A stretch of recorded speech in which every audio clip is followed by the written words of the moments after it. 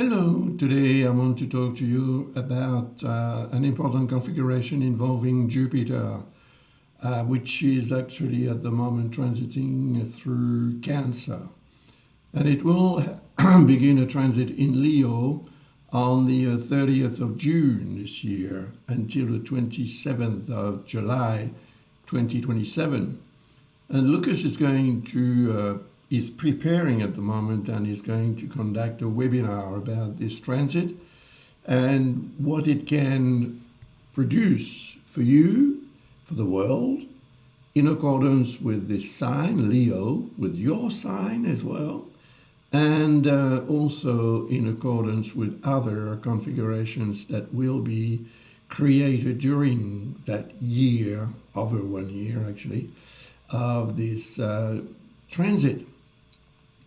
But on the 13th of March, the moon will produce an opposition with Jupiter, which is what you can see in the chart here.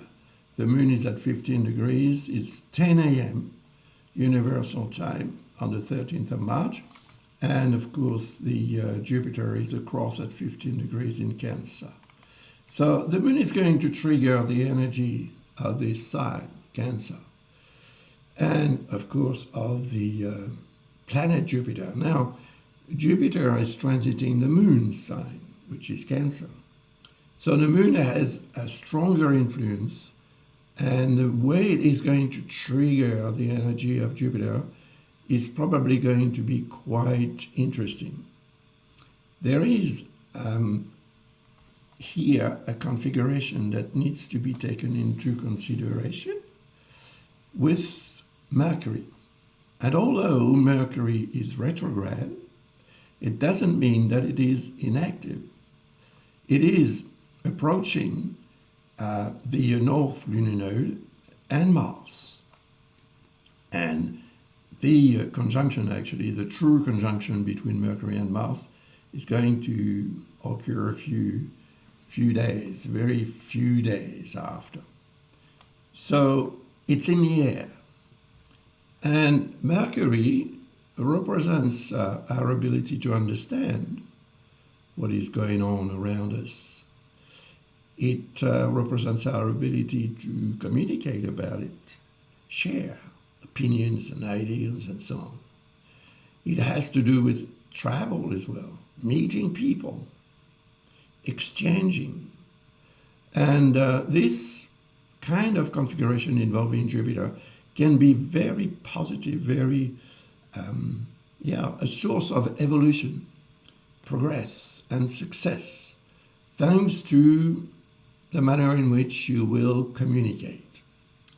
And Mercury retrograde gives you the opportunity to reflect on a not so distant past, or perhaps a very ancient past, who knows? It depends on everyone, but this is an interesting configuration because the North Lunar Node represents that with which we should be tending to go. It is next to Mars. It is the god of war. It is the way we are going about our affairs could be a source of tension, conflict. It's not impossible, but Jupiter is actually preserving that, protecting us. Well, if you connect with that planet and consider that it is a friend of yours, one of your best friends, don't forget that it is the largest planet of them all. And actually, the day before yesterday at night, I took a photo of Jupiter with my Nikon P1100. And it's not 100%. I'm waiting on an accessory to make sure that the camera is not moving when I take a photo. But I want to share it with you. So here it is. And what you can see is actually some of the closest and biggest satellites of Jupiter around it. And it forms a line which is quite spectacular actually, and I'm eager to receive this accessory to my tripod so that the camera is much stiller, and therefore will be able to focus much closer to the planet to see what happens. I'm very eager to do that, and I will share the photo with you, of course. Now, talking about Jupiter in a very positive relationship with Mercury, which is retrograde. Okay, Mercury has gone back to find some information, useful information in the past.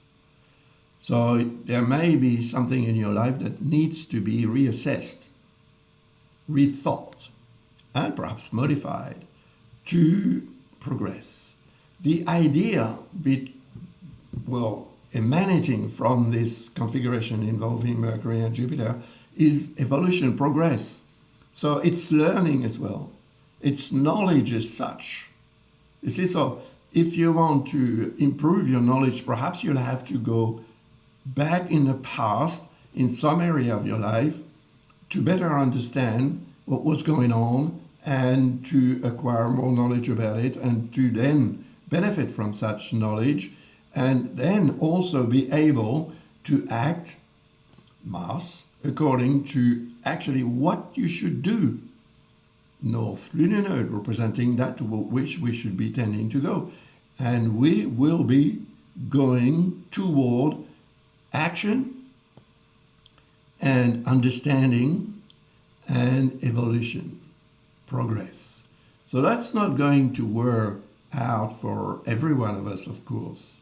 But if you remember what I've just said, you may be able, maybe on that day, but the configuration is going to last for quite a while. Not that long, but still, I mean, Mercury and Jupiter are going to remain in quite a nice relationship, and the North lunar node as well, for a longer time than Mars.